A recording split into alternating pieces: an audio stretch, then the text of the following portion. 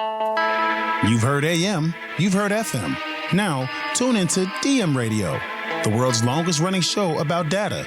Each week, host Eric Kavanaugh interviews the brightest minds in the world of information management. Want to be on the show? Send an email to info@dmradio.biz.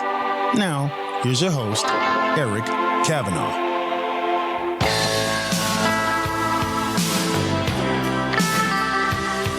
Oh, yes, ladies and gentlemen, hello, and welcome back once again to the longest running show in the world about data. It's called DM Radio. Yours truly, Eric Kavanaugh, here in year 16 of DM Radio. Pretty excited to have three all-stars on the show today, and we're going to harken back to one of the oldest topics we've talked about on this show. It predates DM Radio, of course, but I've been in this space since arguably 2001 in February, when I joined a firm called Damon Consulting out of Austin, Texas. They did a lot of data warehousing consulting, still do. They're doing great these days. And I knew at the time that this was going to be huge. I mean, I just could sense it. I felt it in my bones. Data is the future of business. Data warehousing is the beating heart of insights and analytics. And of course, it's going to drive industries. It's going to drive businesses. I knew that. I knew it was going to get big. I had no idea how big it was going to get. I mean, honest to goodness, if you look at the explosion with Snowflake and their IPO, with Databricks, where those folks are going, and lots of the other old titans are still scratching and clawing their way around. Teradata, of course. You got Amazon Redshift out there, is arguably the number one most popular enterprise data warehouse, at least in the cloud. I remember I knew the guys who built the technology at Parexel, which is the heart of Redshift. So old Rick Glick and Barry Zane, hats off to you gents from way back in time. Well, what's happening today? Now, lots of things are happening. This is not your father's data warehouse, right? We have all sorts of automation that's baked in. We have all sorts of different architectures that you can use. We went from data warehouses to data lakes, then lakehouse architectures and all this stuff. Some of that was retrofitting. Some of that was kind of making up for some perhaps mistakes in the architectural approach that folks were taking when we didn't really quite realize what we were doing with these data lakes. But then there are other things happening too. And look at these large language models and AI. How does it all fit together? What's happening? We're going to find out that today. We've got an all-star cast here. We've got Jay Mishra, COO for a company called Astera. We've got my good buddy, Krishnan of Sixth Sense Advisors. And my other good BFF here, Sean Brehm of Crowdpoint Technologies, all doing very, very interesting things. Maybe, Jay, I'll throw it out to you first. Tell us real quick, just like 2 minutes, you've been in this business for a while. What do you see happening that's really fundamentally changing and why in the data warehousing world? Thanks, Eric. Thanks for having me here. So we have been in this space for over 12 years, and I've been personally in this space for almost 2 decades now. So I have seen the entire evolution, so to speak, of how the data warehousing, primarily being just star schema, implemented using SQL, now semi-automatic to completely automated solutions now, where you can build the pipelines, build the data models, build and maintain it. All of that you can that can be done using automation. So this is the evolution we have seen, and we have been party to the journey. And we do have products that are able to help you in complete automation from the beginning all the way to the end of data warehousing. Yeah, and the automation really is crucial. I remember some of the earlier automations, companies like Warescape came along and automated the documentation, which is great. Why? Because developers don't like to document. I mean, how many people know developers who like to document? I think the number is 0. They like to develop and do stuff. Like, it's just like writing reports about what you've done for your boss. Boring. You just want to go out and do your job. You don't have to document stuff. That was one of the earlier innovations. But then in terms of all these dynamic data pipelines that we have these days, replacing traditional ETL using declarative technology in some examples, really very powerful technologies. And then, of course, observability has blown up all around us, I think in large part because of Kubernetes and this whole new way of building out enterprise applications. But the fact that we have such nimble and interesting architectures, I think, really speaks volumes about the importance of these data products, and that's a new thing, calling them data products, and the maturation of businesses and how we consume these information services. What do you think, real quick, Jay? Yep, absolutely. these in terms of automation, it's not just automating one part of it. So it's about if you just look at the old data warehousing, there were many mechanical pieces where you have to do it again and over again, multiple times. You spend a lot of time and resources in achieving those, and that was the biggest cost factor. So that was something that we saw that whatever can be repeated, whatever can be templatized, for lack of a better term, let's do that. So it was based on rules. So you write rules and you try to create templates and use that in such a way that instead of doing it 50 times or 100 times, you can do it just once and then templates will take care of it. So that was rule-based automation. And then recently, about I would say about a couple of years ago, we started to kind of go into more AI-based solutions where we are still trying to automate it, but using AI to kind of make decisions for you, where not only just mechanical stuff, but helping you in making some intelligent decisions, even for data modeling. So, for example, we're talking about hey, I have a base model and I want to determine, just going back to good old star schema, which one is a good candidate for a fact, which one is a good candidate for dimensions, how they should be connected. So if you have all that information, you can use AI or even LLMs to give you some recommendations. So the first cut is done for you. And that is also basically an extension of automation. So we see basically AI helping in a big way in automation. And end result still stays the same. Of course, you have to build those data models. You still have to create those pipelines to populate your star schemas or data vault or Delta Lake or whatever architecture you have chosen. You still have to move data. You still have to populate your destinations, and then you have to publish it. So the entire process, if you look at the entire journey, there are multiple steps, and each of the steps are getting benefited by AI-based solutions. So we, in our company, actually, we started to focusing on different areas one by one, and we have been able to actually include AI in multiple areas. Now we see that what the same product or same solution that you want to build, let's say it used to take 1 man year, now we're able to bring it down to maybe 1 man month. So that kind of reduction you are able to see with the inclusion of AI. And this is at the top of, by the way, rule-based automation that we have seen over the past decade or so.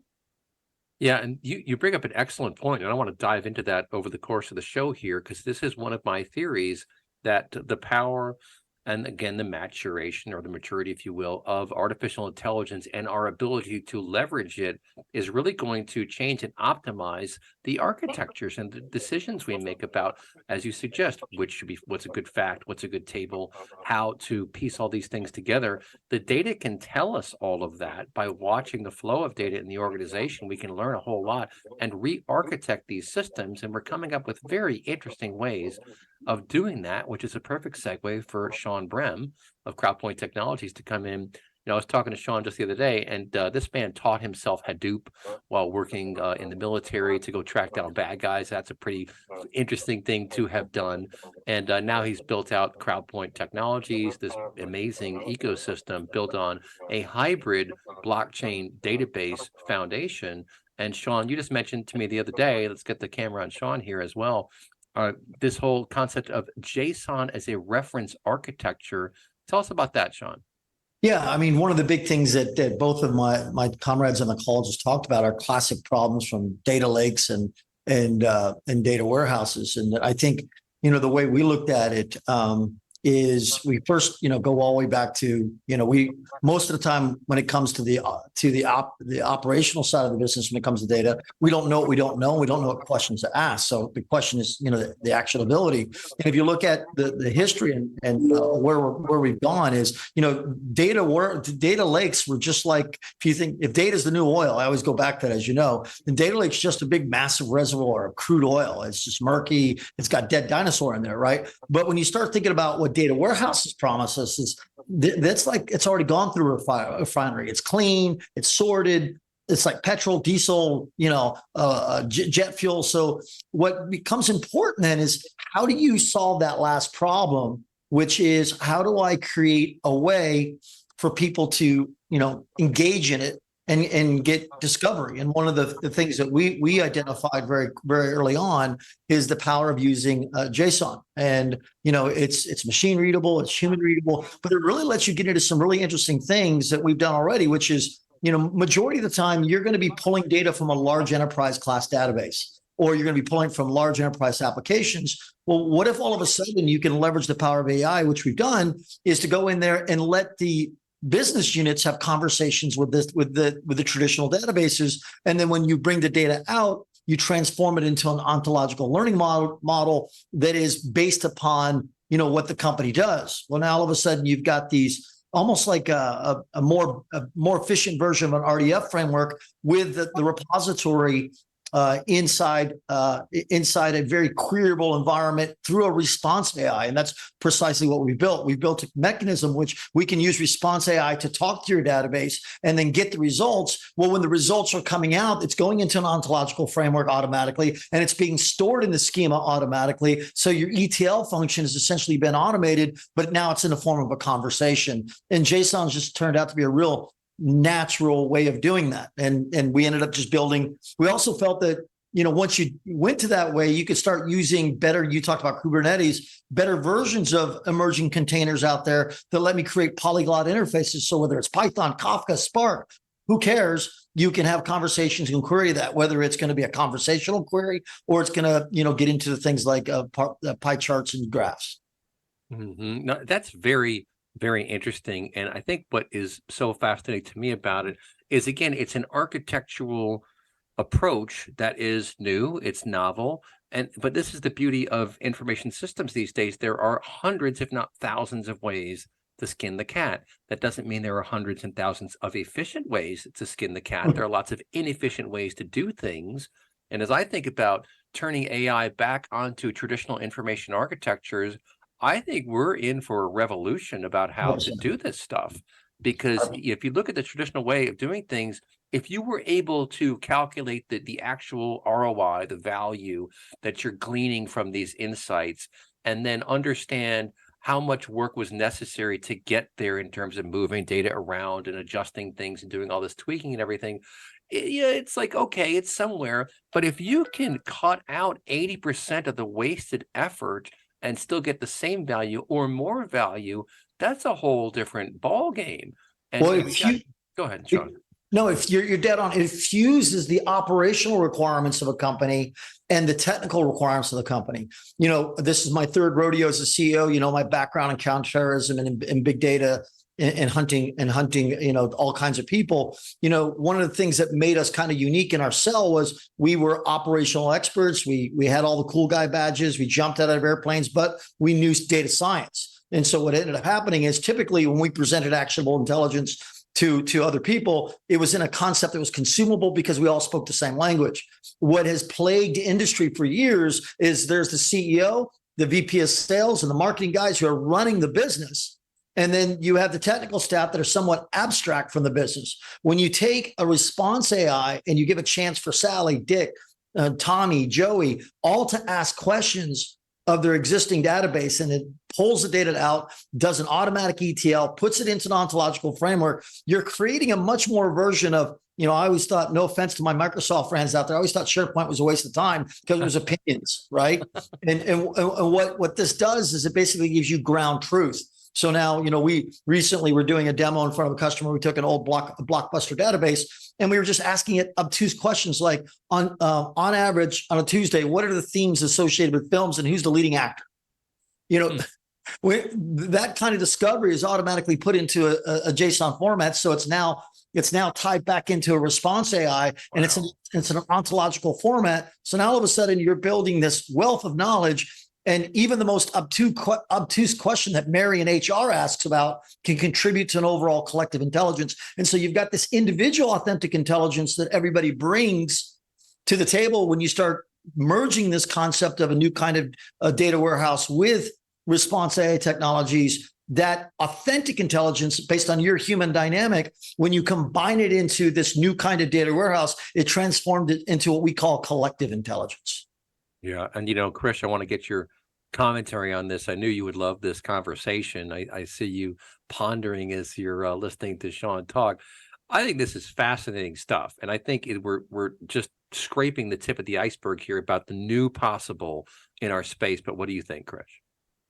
Absolutely. I was just fascinated listening to Sean's, augmentation of how you could actually bring in an interactive AI-based drive into the data lake, data warehouse, data space, if you would. And I think where I'm seeing this becoming not just a conversational trend, but more of a reality speak is that today we have the cloud, we have the ability to land all the data once. So it's land once, explore, visualize. You don't need to do any modeling up front. You can just explore and visualize and ask questions and make the data business friendly, if you would, and then unleash the business users on it. Move the technology guys to do what they do best, which is get the infrastructure, get the orchestration, get the observability, improve the data quality. Those pieces, let them do it. Then unleash, like what you heard Sean and Jay even touched upon it, is do not hesitate to let the business lose on the data, because it is not your father's data warehouse anymore. We are today having governance automatically, right? OKRs are there. We have learned in the last 7-8 years how we can transform much faster if you unleash. And in fact, Sean, before you jumped in the call, Jay and I were just shaking hands, and I was telling Eric, the age of information has gone from 22 years ago, where we were driving, we were learning to drive, to today, we're flying. And we're not flying, we're actually going at supersonic speeds. Yes. Right? With LLMs and things that are coming on. So I think, will the warehouse as a concept stay? Yes. And Jay would agree with me. And I want to get Jay's comments on this too. The warehouse is here to stay, but how we are going to pull it out? That's the key. Jay, to you That's at right. that point. It's not going away, but it's changing dramatically, and AI Yes. is going to be much more compelling on top. We'll be right back. You're listening to DM Radio.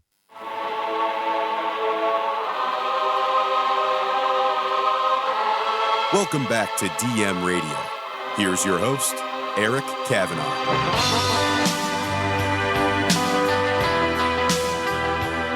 All right, folks, back here on DM Radio with an all-star cast. What a wonderful show already. We're rocking and rolling here. We've got Sean Brehm of Crowdpoint, Krishnan of Sixth Sense Advisors, and of course, we've got Jay Mishra from Astera. And in the break there, we were just chatting, and Sean came up with another beautiful little gem here. Everyone talks about data as the new oil, et cetera. When it's refined, of course, it's more like petrol or jet fuel, et cetera. That's a refinement process. And he said the AI these days is like the chemical engineers in the refining process, which I think is brilliant.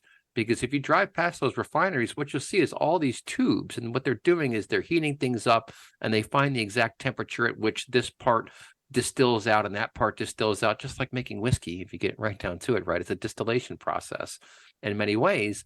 And we can learn from that. And what excites me the most, guys, is the amount of tedious effort that will no longer be required to do these things, because tedium is the killer of creativity. I mean, tedium will just blunt your excitement and make you an unhappy person. And it's probably why it's baked into communist methodologies. But Sean, I'll throw it over to you to comment on this. The chemical engineers, I love that. Tell us more about that. Yeah, I mean, when you think about it, data is the new oil. It's crude, it's messy. What do chemical engineers? They filter out the junk, they convert it into valuable insights. They can predict what you want to buy next, where you want to travel. Heck, even who you might want to date. Essentially, we've got these algorithm matchmakers from chemical engineers, and what makes all three of us in common on this is we realize that we understand that there is both the science behind data science or alchemy and chemical engineering, and there's an art. And what's really nice is when you automate the science, then it transforms the three of us into artisans. Wow. See, so that's where it gets really exciting. I mean, at the end of what you really need to think about is if you're not refining your data, you're sitting on a useless gold mine. That's the bottom line. So if you're this chief executive out there and you're not refining your gold mine, there's a ton. In other words, it's like having a barrel of crude oil and not knowing that you can turn it into fuel, plastics, or whatever you want to get from that refined oil. You don't understand how valuable it is. And so what we're talking about today with the advent of AI is, as I said earlier, you can now ask your database a question and get a response, and then it's stored in your data lake. Not a data lake anymore. It's now stored in a data warehouse because it's ontologically organized. But that same ontological organization is the basis of your own private language model. No more huge, large language models that hallucinate. You're going to have long-term memory in your organization. Wow. Long-term memory. That's great stuff. And Jay, I'll throw this one over to you. The importance of these ontologies cannot be understated, I think, because it's like the skeleton of your business model. If you get right down to it, it's the skeleton, and I think the nervous system too, right? Because it's governing, it's holding you up, and it's governing the flow of ideas through your system, and that is just crucially important. And I think hitherto has been at best only mildly appreciated. But now, as we stare down the barrel at these massive amounts of data, I got to tell you, doing things the old-fashioned way is going to be a non-starter because it's going to be too expensive, too slow, too brutal. It's just not going to happen. So we need to embrace these things. I know several vendors who are doing the same thing, focusing on industry vertical, ontological solutions to make sense out of all the stuff out there. What do you think, Jay? Yeah, that relates to another topic that is we have been discussing internally quite a bit. And connects to what Sean was talking about, the quality of data. And you don't know the value of the crude oil unless, as in your words, unless you're getting something out of it that is meaningful. And even for analytics, or even for let's say we're talking about training your localized models and all that. The quality has been proven to be the most important factor. If the quality of your data is good, you're going to get good models. You're going to get pretty much everything flows from there. So if you don't have the quality right, everything else basically is useless.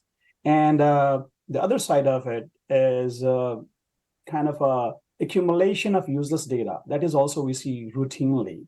Our customers, in the beginning, they go overboard. Hey, bring in data from there, from here, just accumulate it in one place. But hardly 1/4 of that data is being used, sometimes even less.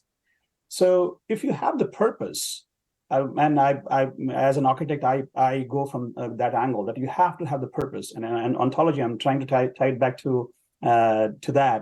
So you have to have the purpose first, that what exactly you want from your data, then what kind of data you want. And just bringing everything together and then trying to figure out something that is going to happen. We have seen what happened with the data lakes and all that. We don't want to go that route again. And I think we have an opportunity here, bringing the right quality data and having AI help us to make sense of that data and getting insight out of it. That's where I see the direction in general of the data management and overall the intersection of data management and artificial intelligence. That's what has been focused in past few months. And I see that this is the direction we have been taking at our company. So so that is what my take would be about the role of purpose of how you see your data, what you want from it, and from there it should flow. And then also whatever you're bringing in, make sure that the quality is right. You are spending extra effort in making sure that the data quality is correct, And then after that, it goes into analytics and or any downstream processes. It is going to make a huge difference in the value. The value that you're deriving from your data is going to be much better. Mm-hmm. Yeah, I know it's interesting here, Krish. I'll throw it over to you. I love this concept that Jay's bringing in about purpose and knowing what you're trying to do, right? My old boss, when I was at TWWI, Peter Quinn, he had this great line where he'd say, let's achieve what we're trying to achieve, which is kind of fun because it kind of speaks to the fact that you go to work, you do stuff, and as long as you feel good about it, you're like, okay, I did some good stuff today. But did you do what you were supposed to do? Did you accomplish what you had set out to accomplish? And that's what OKRs are all about, right? And as I think about purpose and getting what you want from the system, well, you do need to know what you want to get. And a lot of times you have to modify that because you look at the data, it doesn't come back the way you thought, and you have to be open to that. But in many ways, it's kind of like the value of getting the prompt just right, or the old expression from Mark Twain. What did he say? The difference between the perfect word and the almost perfect word is the difference between fire and the firefly, or lightning and the lightning bug, or something like that. I mean, it's like a big difference to not get things just right.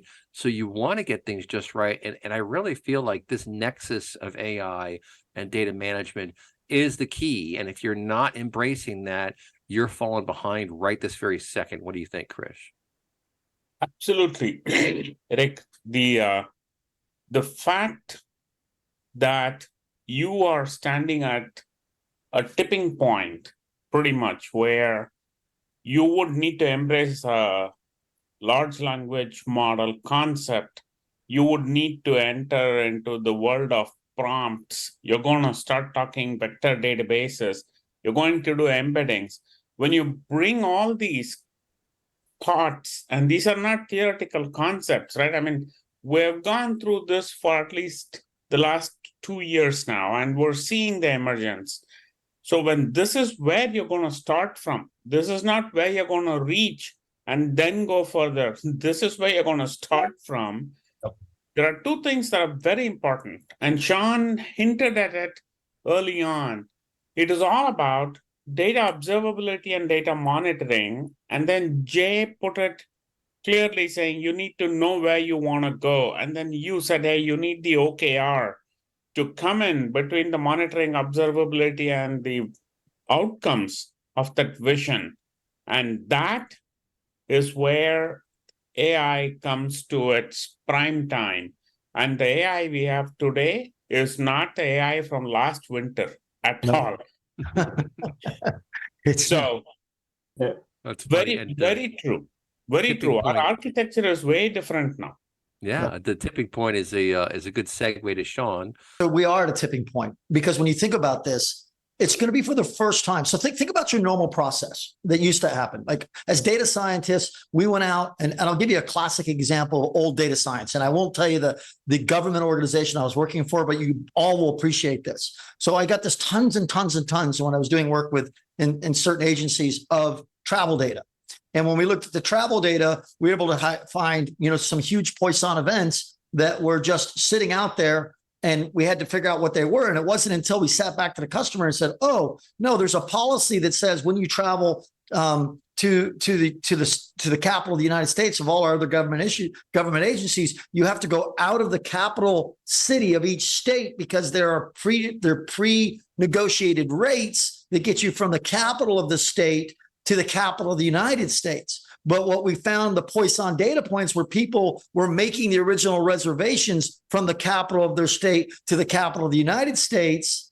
But what ended up happening is they would then do to follow policy. But then once the policy was approved, they'd merely do a change ticket from their local city and go that way. So they were able to, circumvent the system. Well, the bottom line is that was good old fashioned data science, but the data science wasn't a natural human discovery. It was all these Poisson events that were aggregating. I don't even want to tell you the amount of money that was being spent by that. Whereas before, as to your point, it now becomes, Krish, it becomes conversational. And so what happens is, what I love about this is what both Jay and Chris are talking about is this whole data science, once you start building these ontological queries, moves out of solely on the technical staff back into the heart of the business. And people can start asking questions. Well, what if I did this? And what if I did this? We used to call that in the military the good idea fairy. Bing, it's okay to have tons of good idea fairies because as professionals, Jay, Krish, and I, we know we want the good idea fairies because we want them asking traditional database questions because it's going to generate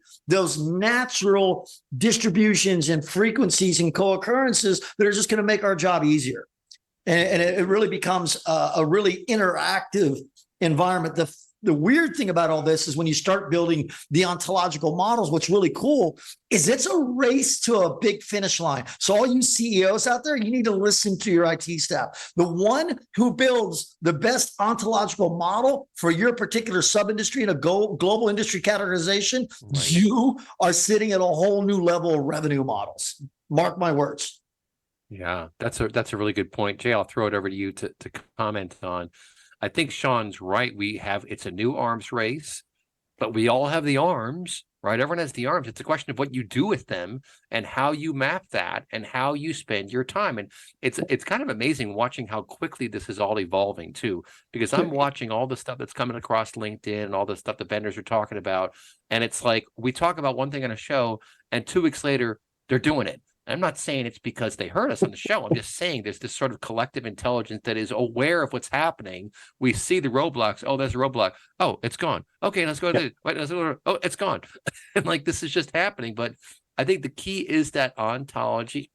It's understanding the nuances of it's like I talked to some folks today from a company, Attio, I think it's called ATTIO, maybe, a new CRM tool, and they have a flexible object model where you can do custom objects.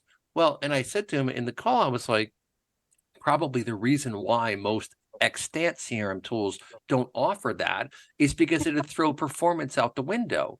You start adding models or nodes under here, we don't know what's gonna happen is the bottom line, and they just weren't architected for that. But new solutions are architected for that.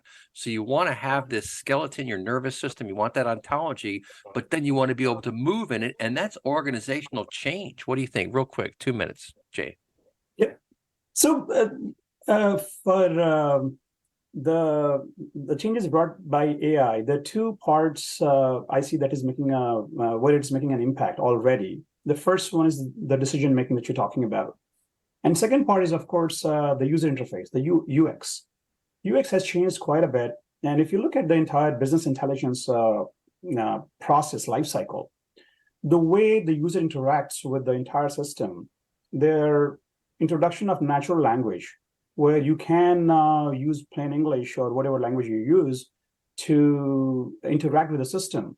That's an area where we're seeing a lot of activity. That many companies go into that area, and this is where I think you're talking about the race. That race is on in that area. That how user friendly you can make it, and of course, the ideal solution would be that I'm a business analyst. I should be able to ask any question.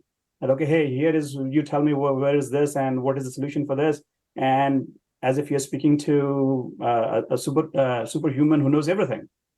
That will be the ideal scenario. But to achieve that, this is where we see the issues where, and I think the technological changes are happening on that front, where how to organize your the layers of information that is going to make it possible, and it has to be in a context.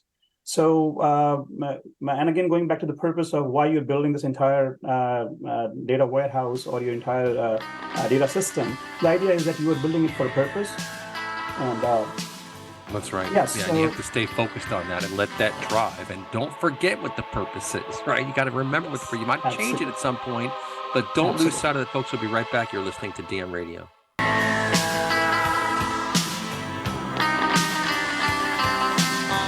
Welcome back to DM Radio.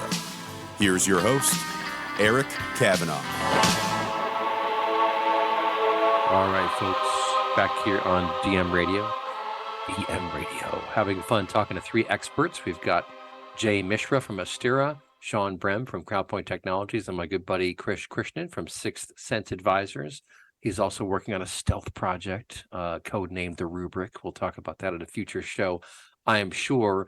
But Sean, in that last segment, Jay was going off on a very interesting point, and then you made a couple excellent points in the break there about intersections and negations. Tell us that whole thing again about what you discovered without going into the details, but this whole concept about where things intersect and where you can learn new concepts. And that's the whole point of discovery. It's why we're doing all this stuff, right? Go ahead. Yeah, no, I mean, essentially for those of you that are kind of get a visual, imagine two wedding rings side by side. You know, if they're not overlapped, they're negated.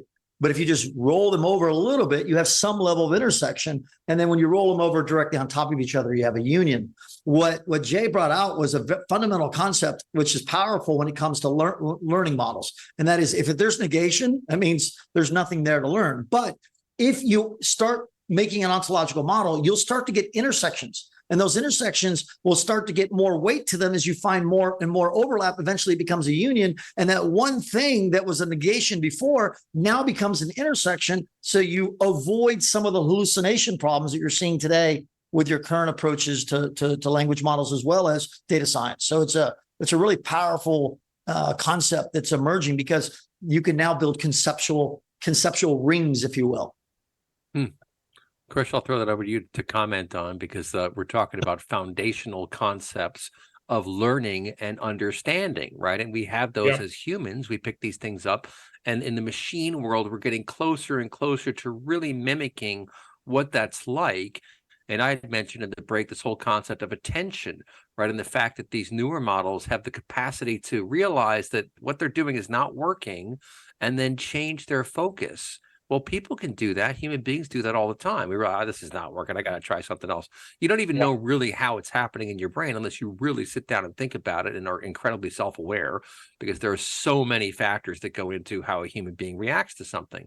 But we're starting to see this in the machine world. And this gets back to the point I was making in the last segment, and even in the opening of this show here, which is that with the power of these new models, we are going to get much better at knowing what matters, what needs to get done, and what does not need to get done.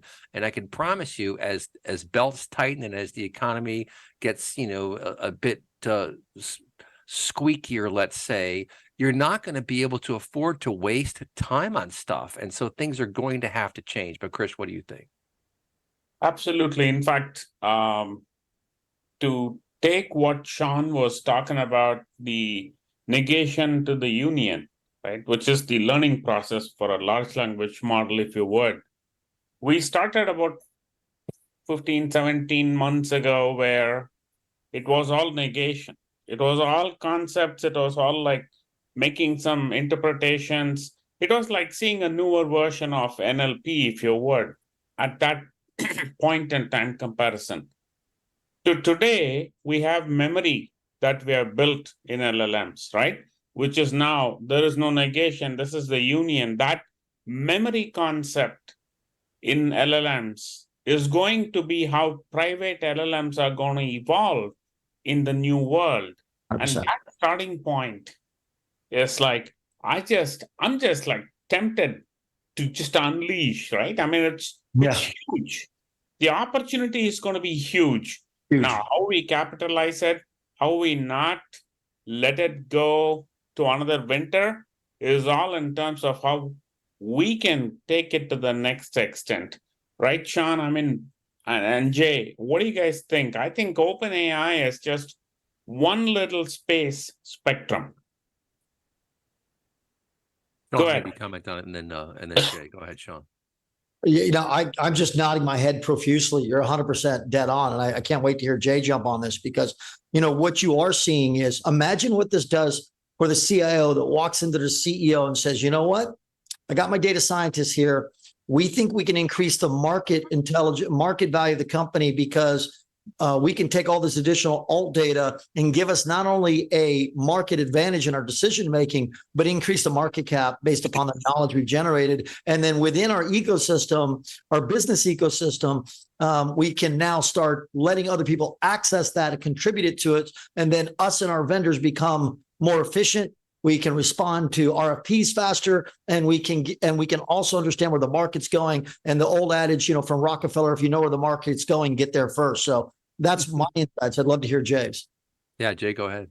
I completely agree with both of you. I have a very specific example of how we used customized training of a model. actually medium, I would not say large, but we took on the open source ones. And a very specific example, we have a rules engine that is going to be used in the pipelines, and it has been around for over a decade now, where you can write business rules to dictate how your transformation is going to be in the ETL process and so on and so forth, data quality and so on and so forth. But still needs you to learn how to write those rules, the grammar and all of that, syntax and all that. It's simple, but still you need to learn.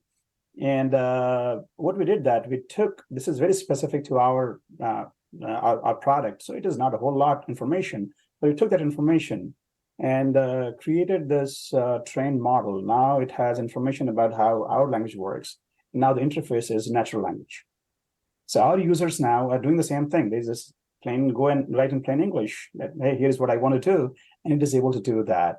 So this is the power. We are seeing that this is, and of course, it's a little bit different context, but it is the power of the UX that is changing so rapidly that and it has behavioral modification too. Now the users who were using our product just a couple of years ago, they needed to have some background in technologies. You have to know a little bit of SQL. You need to know a little bit of coding to use it. Of course, it is no code, low code solution, but you still need to have some background. But now we're going into the area where no, you are talking about the UX where you are, as long as you understand what you need to know from the data, you need to get from the data, you are able to use natural language to do that. And it is not just the OpenAI. We're talking about this kind of solutions are everywhere. In our product, we have used it at several places. So this is the direction we are saying that the UX, the user experience, changes, and as a result, the nature of users. We have been talking about bringing into our defaults the business users who should be part of our data ecosystem. They should be able to use the products and all that. That is now really happening. The usability, what we used to talk about 10 years ago, that is now really happening. It is happening largely thanks to AI. And AI, that's how I see it as a game changer. That is basically bringing a lot more people into the force. They're able to use products, more complex products that were difficult to get into. Now they can, because the UX has changed completely. Right. Well, what was it? We had the CTO for Boomi on a show a couple of weeks ago, and he made this excellent point. He said for years and years and years, humans had to learn how to talk like machines. So you had to know SQL, you had to know how to program, you had to know all this technical stuff to be able to get the instrument to play. And now you don't. Now the machines can talk like we can talk. So all of a sudden, not that it doesn't help you to know how to talk in machine language. Of course it does. It helps you to kind of understand the nuances and the underpinnings, but you don't really need that. It's just like you don't have to know how every part in your car works in order to go drive your car. You just want to drive your car around. Of course, it's a lot more complex. It's a lot harder to fix these days. But we got about a minute and a half left or so. Sean, I'll throw it over to you. The machines can talk like us now. So we can talk to them in normal language and learn even more. Real quick, 1 minute. No, not only can they talk with us, but once you start building ontological structures, you start getting personas, how a CFO should talk, how the CEO should talk, how the director of cybersecurity should talk. And what gets even more exciting, as I can't remember if it was Jay or Krish said skeletal or backbone. And what that means, well, CEO, this is why it's important. Sales guys, this is why it's important. What these gentlemen said was so powerful. When you put something in a skeletal structure like a JSON and you determine this is the correct answer, that same JSON can be federated as the backbone of your website. So on a daily basis, your website is polymorphic, responding to customer demand. And that's what gets real excited. The impact just isn't a bunch of us in the back room going, we figured out what equal MC squared means. No, it means your engagement with your customers becomes intelligent. And that's the power of what these gentlemen are talking about. Yeah, we're living in a much more dynamic world now where the systems and the machines that we use, the cavalry, if you will, these are the horses of the olden times, right, are much more nimble. And I do think there's going to be a bit of a shakeout in the industry in terms of where the effort goes, where the focus goes. I had Brian Raymond on the show a few weeks ago. He pointed out that, was it 30 billion or some ridiculous amount of money's been thrown into LLMs in just the last couple of years. So that is the new hot space. Folks, podcast bonus segment is coming up next. Send me an email, info@dmradio.biz. You have been listening to DM Radio.